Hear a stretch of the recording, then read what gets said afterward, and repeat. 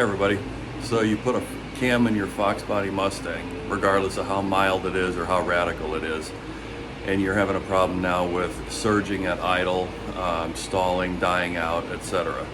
I'm going to show you the proper way to set the idle, and it's not covered in any factory service manual, and there's a lot of misinformation on the internet regarding this, but I'm going to show you how to properly do it. Okay, so you've got an 89 to 93 Foxbody Mustang. I'm specifically talking about 89 to 93 because of those are the factory mass air equipped cars, 87 and 88, with the exception of the 88 California cars were speed density. So I'm going to address only the 89 to 93 mass air cars for this video.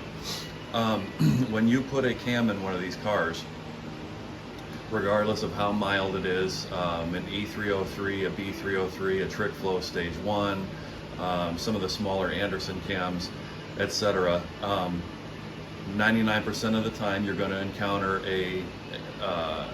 an issue with idling. It may be surging.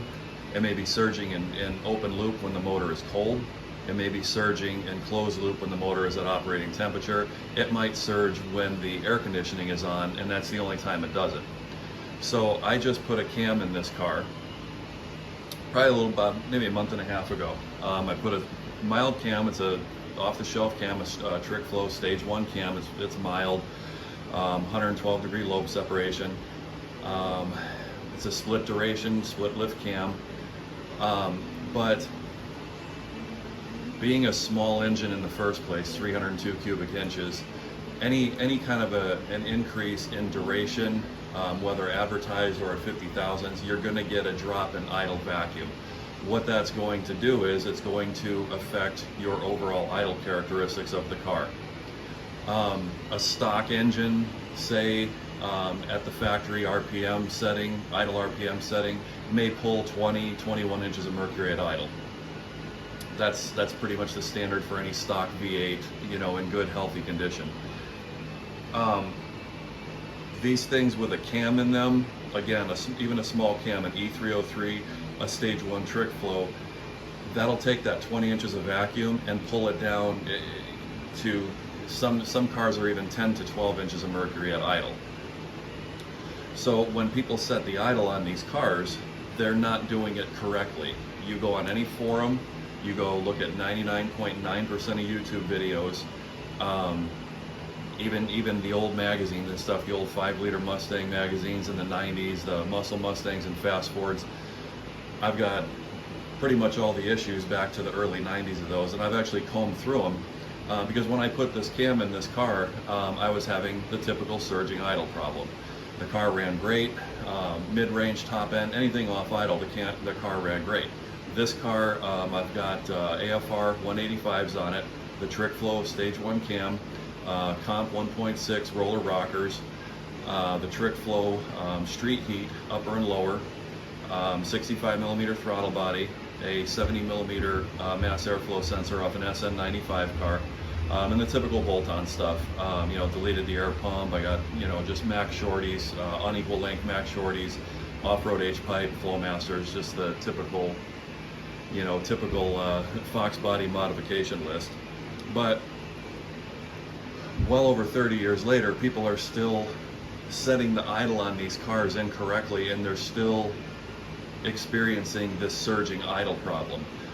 Everything you see online tells you to disconnect, get the motor to operating temperature and disconnect your idle air control connector right here. And then from there you set your idle. Well, that's not the correct way to set the idle on these cars, because what you're going to find is, especially, it might work with a stock cam. I've reset the idle at this car when I had the stock cam in it, and it got it in the ballpark, but I still, every now and again, I would have issues with, even a real mild surge with the stock cam in the car. What happens is when you just disconnect the idle air control stepper motor right here on the side of your throttle body, is as you adjust the idle, the computer basically targets an idle RPM of roughly 672 RPM, give or take 25 RPM, anywhere between like 670 and 700 RPMs. Idle speed is what the computer is shooting for. The computer doesn't know that the car has an aftermarket cam in it. The computer doesn't know that the car has aftermarket heads in it that flow double what the stock E7 heads flow.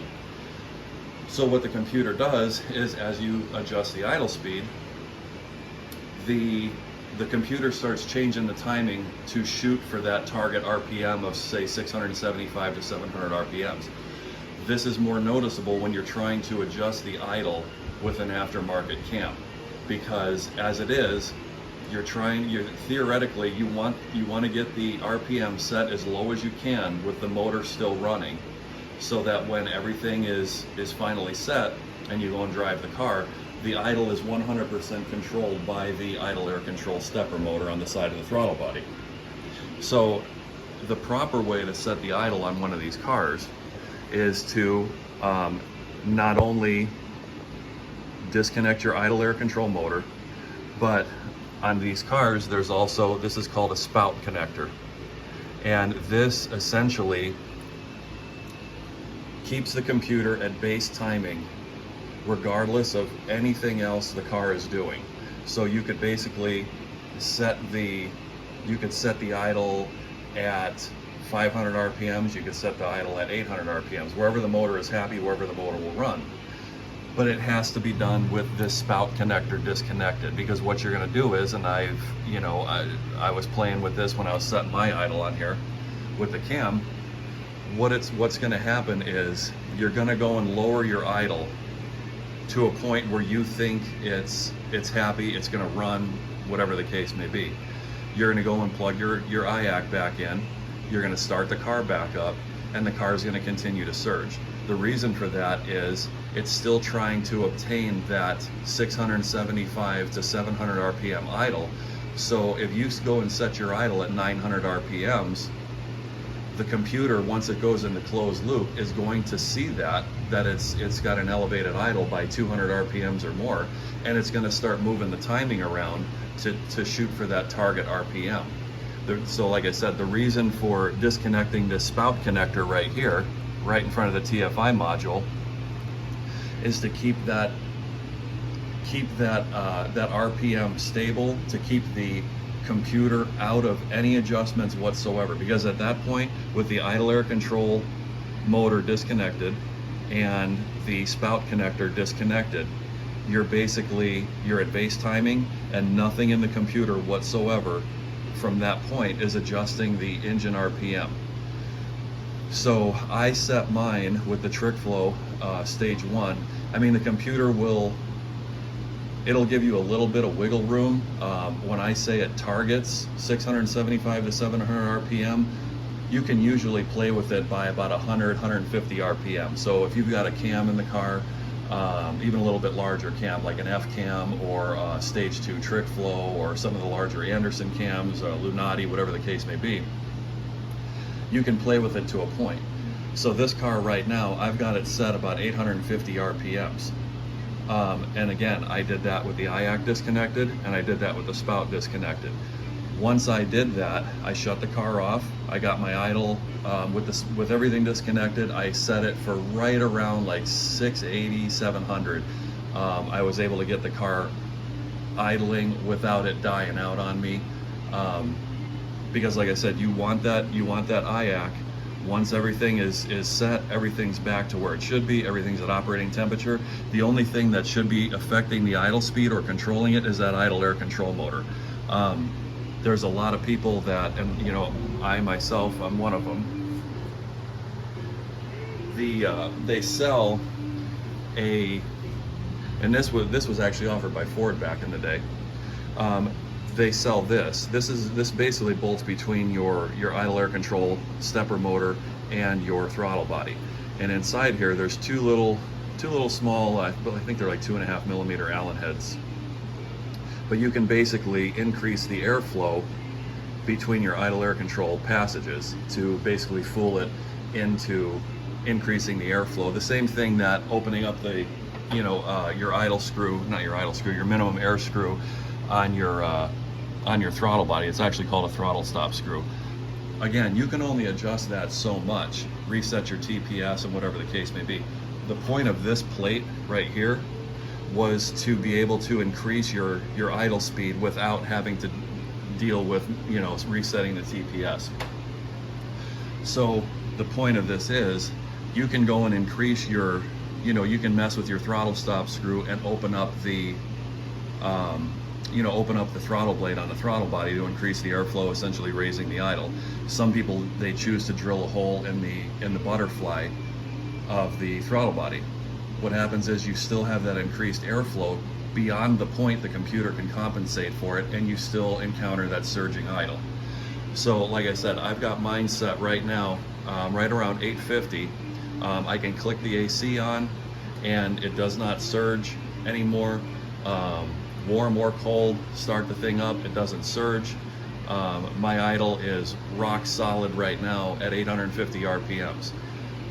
Because I did it properly and disconnected the spout connector in front of the distributor the same time I disconnected the IAC and set my idle speed.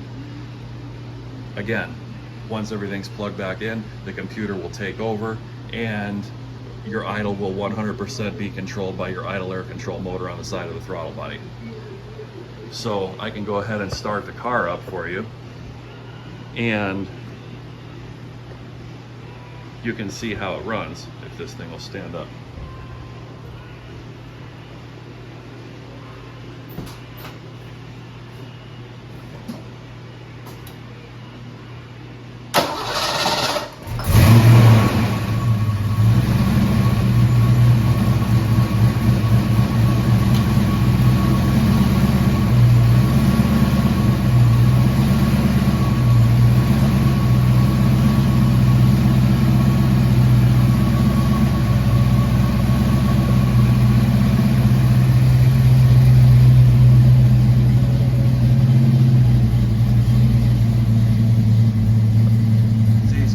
Right there on the tack,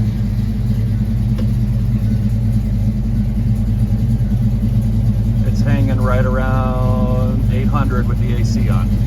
There's the factory tack. It's not surging. It's just idling away.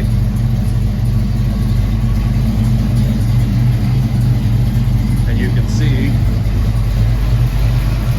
obviously the AC is on.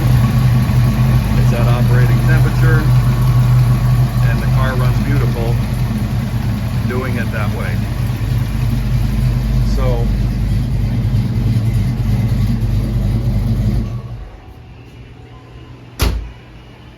basically I just wanted to show you guys that, because I know, I mean, a lot of people still, you know, well over 30 years later, still mess with these cars, still modify these cars, and I think that's great. These cars are one of the best bang for the buck cars to play with, to build up, whatever the case may be. You know, there's still guys out there, they're doing twin turbos, they're doing pro chargers, they're doing LS swaps, you know, I mean, you name it, and these cars are the perfect platform for it. But it's just surprising to me that so many decades later, this misinformation as far as something as simple as setting idle speed on one of these cars to try and overcome a surging idle issue due to an aftermarket cam, it's everywhere you look. You know, like I said, it's just something that you guys will try. It's not a 100% guarantee that it's going to work. I would say 80%. It'll make the car a heck of a lot more drivable, and you will 99% eliminate any stalling issues or excessive surging issues. Now, once in a while, you might get a little surge by, you know, 50 RPMs or so. That's to be expected. But I mean, aside from that, you know, it's something to try. It's something that I've always had luck doing. It's basic. I mean, I don't want to use this in an insulting way or anything like that, but it's basic common sense. You take every bit of the computer out of the equation when you're setting the idle, and you don't have anything fighting you when you're trying to do it. Because like I said, the computer will move the timing once it sees that your idle is either going higher or lower than the target RPM set in the computer. Disconnecting that spout on the distributor completely eliminates that, completely takes it out of the equation, And that is how you properly set the idle on an 89 to 93 Foxbody Mustang, with or without an aftermarket cam in it. So if you guys have any questions, you need me to elaborate on anything, or expand on anything, definitely leave me a comment, like, subscribe, share it, let people know, because like I said, every forum, every website, everything out there doesn't mention anything about the spout connector, and that needs to be disconnected if you're going to correctly set your minimum idle speed on one of these cars, stock cam or not. All right, catch you guys later.